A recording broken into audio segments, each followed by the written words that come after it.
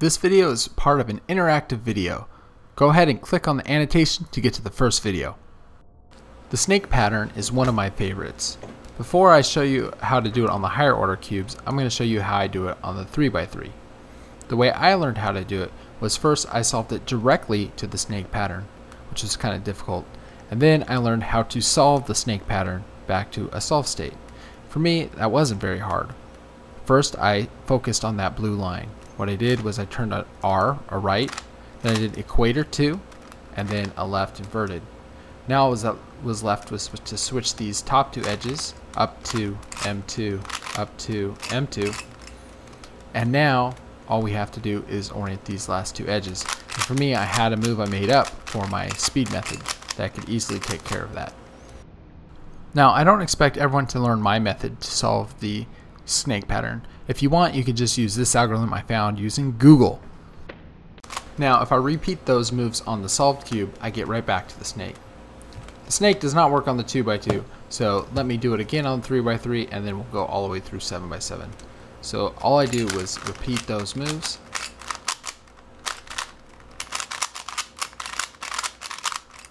And there we go, the snake on the 3x3. Here's how we do the 4x4. We pretend the 4x4 is the 3x3 and we do the same algorithm. It's kind of boring, but if you do my algorithm before you orient the last two edges, if you stop, you get another very cool pattern. I like how the corner seems to have two lines there and then two lines here. But anyway, let's get back to the snake pattern. I still have to orient these edges. And there we go, that's the snake pattern. For the 5x5, we have to do the snake pattern 2 times. The first time, we pretend the 5x5 is a 3x3. Now we do the same move, except this time we pretend it's a 3x3 2 layers deep. And it looks very nice on the 5x5.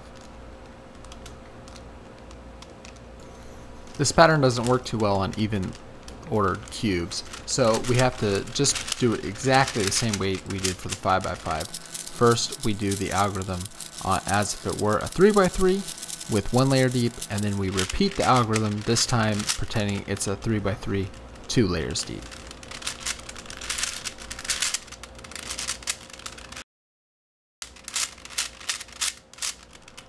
And there we have a double snake.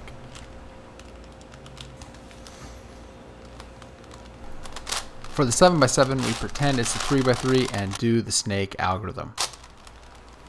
Once we're done with the snake algorithm as a 3x3, we do it again. This time we do it 2 layers deep.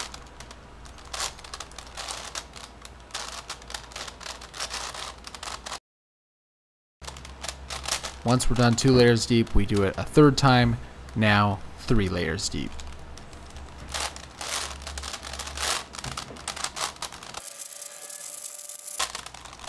Once the 7x7 is done, I think it looks really cool. The snake pattern looks cool on some other puzzles as well. Here is my fully functional 3x3x5 that I made, and this is the snake pattern on that puzzle. I think it looks cool. Here is the modified version of the snake pattern on the 4x4x5, and you can see the 2 corner lines that I really like.